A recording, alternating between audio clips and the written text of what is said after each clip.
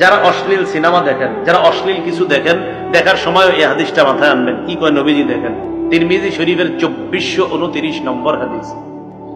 রাসূলুল্লাহ সাল্লাল্লাহু আলাইহি সাল্লাম এই আয়াত তেলাওয়াত করলেন, সূরা জিলজালের 4 নম্বর আয়াত তেলাওয়াত করার পর নবীজি বলেন, আতাদরুনা মা আখবারুহা, তোমরা কি জানো জমিনের বৃত্তান্ত কি, জমিন কি বলে দিবে? সাহাবীরা বললেন, আল্লাহ আর তার নবী ভালো জানেন।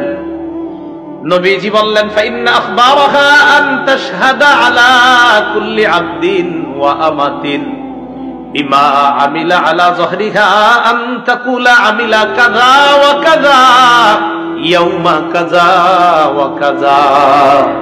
নবীজি বলেন, জমিন এইভাবে বৃত্তান্ত বর্ণনা করবে, আতুশাল অমুক এলাকার অমুক বান্দা ওই সময় এতটা বাজে অমুক দোকানের সামনে দাঁড়িয়ে টেলিভিশনের মধ্যে অশ্লীল সিনেমা দেখছে, মাবুদ আমি জমিন তার বিরুদ্ধে সাক্ষী দিয়ে দিলাম, তোমার কাছে বিচার চাই।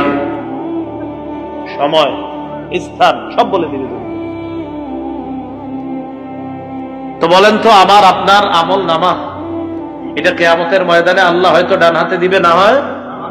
তো এর আগে সাক্ষীগুলোর কথা মনে রেখেন, আমল নামা দেওয়ার আগে প্রথম সাক্ষী হবে জমিন। 2 নাম্বার সাক্ষী ফেরেশতা।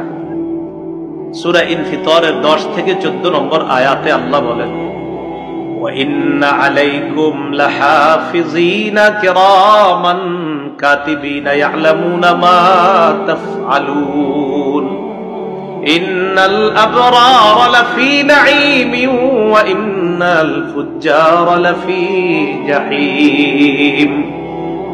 আল্লাহ রব্বুল আলামিন বলেন, তোমাদের সাথে সংরক্ষণকারী যত্নবান ফেরেশতারা আছে, তোমরা যা করো তারা তা দেখে। সম্মানিত লেখকগণ, আল্লাহ এরপর বলেন, পুণ্যবানরা নেয়ামতে পরিপূর্ণ জান্নাতে থাকবে আর অপরাধীরা জাহান্নামে থাকবে। বলি নাউজুবিল্লাহ।